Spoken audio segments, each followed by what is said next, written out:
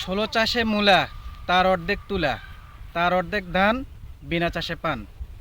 প্রিয় দর্শকবৃন্দু, আমরা অতীতে যদিও জেনে থাকি যে বিনা চাষে পান হয়, কিন্তু বর্তমানে বিনা চাষে সরিষা হয়।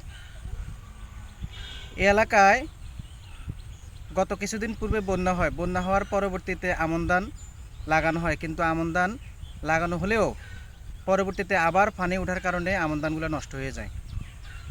তো কৃষকরা অতি দ্রুত বোরো এবং আমনের মধ্যখানে যে সময়টা থাকে, এই সময় যে কোনো একটা ফসল তুলতে হয়। সেই প্রেক্ষিতে আমরা এখানে সরিষা আবাদ করেছি। তো এখানে আমার পাশে আছেন আমার কৃষক জাকির হোসেন। উনি ওনার এই জমিটাতে কোনো চাষ ছাড়া বিনা চাষে উনি সরিষা করেছেন। প্রথম দিকে যদি ওনার মনটা খারাপ হয়ে থাকে যে সরিষা পাতলা হয়েছে, কিন্তু পাতলা হওয়ার পরেও নিয়মিত সুষম হারে সার প্রয়োগ করার কারণে আজকে ওনার ক্ষেত্রে দেখেন আপনারা সরিষা আর সরিষা, কোনো চাষ দেওয়া হয় না, সম্পূর্ণ বিনা চাষে। জাকির ভাই কেমন আছেন? ইনশাল্লাহ ভালো। আপনার এখানে জমি কতটুকুতে সরিষা করছেন? 65%। 65%। এই 65% জমিতে উনি বিনা চাষে সরিষা করছেন এবং উনি আশাবাদী যে এই বছর উনি সরিষা, এর পূর্বে আর সরিষা করেন নাই না? না, সরিষা করেন নাই।